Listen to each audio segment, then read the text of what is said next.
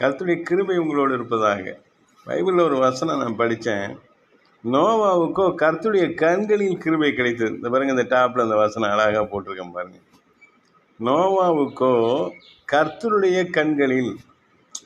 பாருங்க, நம்ம என்ன நினைக்கிறோன்னா, இந்த மனுஷ கண்ணில் தயவு கிடைக்கணும், இந்த மனுஷன் நமக்கு செய்யணும். இந்த அதிகாரி இருக்காரு,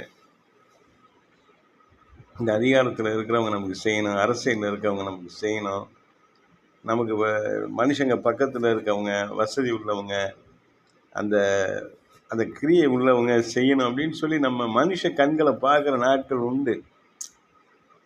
சில விவசாயிங்க இந்த விவசாயத்தை விதைச்சிட்டு அந்த நிலத்தை உழுது பயிரிட்டு அதை பார்த்துட்டு இருப்பாங்க. சில பேர் மாடுக்கு தீவனம் வச்சுட்டு இந்த மாடு பால் கறக்கணும்னு பார்த்துட்டு இருப்பாங்க. ஒவ்வொருத்தரும் ஒரு உழைப்பை செஞ்சுட்டு அந்த வருமானத்தை எதிர்பார்த்துருப்பாங்க.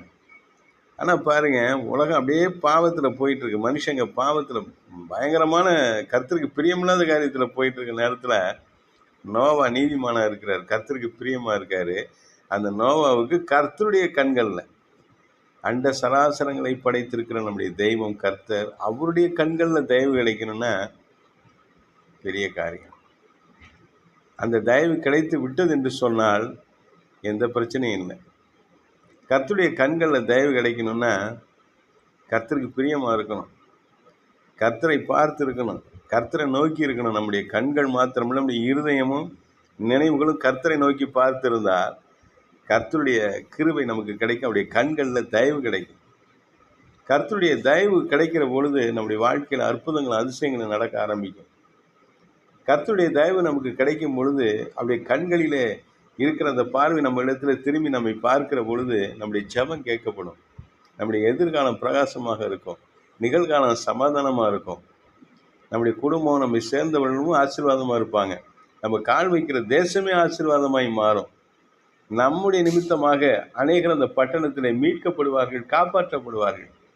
இந்த நோவா அவருடைய கண்களில் தயவு கிடைத்ததுனால மனுக்குலமும் அநேக மிருக ஜீவன்களும் பறவைகளும் எல்லா உயிரினங்களும் அழியாமல் காப்பாற்றுவதற்கு அவர் ஒரு பெரிய ஒரு பாசறையாக பாதுகாப்பாக இருந்தார். பேழையை செய்தார், மிகப்பெரிய கப்பலை செஞ்சார். எவ்வளோ பெரிய காரியத்தை செய்திருக்கிறார் பாருங்கள். கர்த்தர் எப்படி அவரை எடுத்து பயன்படுத்தி இருக்கிறாருன்னு பாருங்கள். அப்போ கர்த்தருடைய கண்களில் தயவு கிடைத்தா வேத புத்தகத்தில் பேர் எழுதப்பட்டிருக்கு. முழு மனுக்குலமும் தெரிஞ்சுக்குது. உலகத்தில் அவர் பேர் அழியாமல் இருக்குது. நோவாவுடைய பேர் அழியாது. நிறைய ஆட்சியாளருடைய பேரெல்லாம் மறந்துட்டாங்க. ஆனால் நோவாவுடைய பேரை யாரும் மறக்க மாட்டாங்க. ஏனென்று சொன்னால் நோவாவுக்கோ கர்த்தருடைய கண்களில் கிருபை கிடைத்தது. அல்லேலூயா.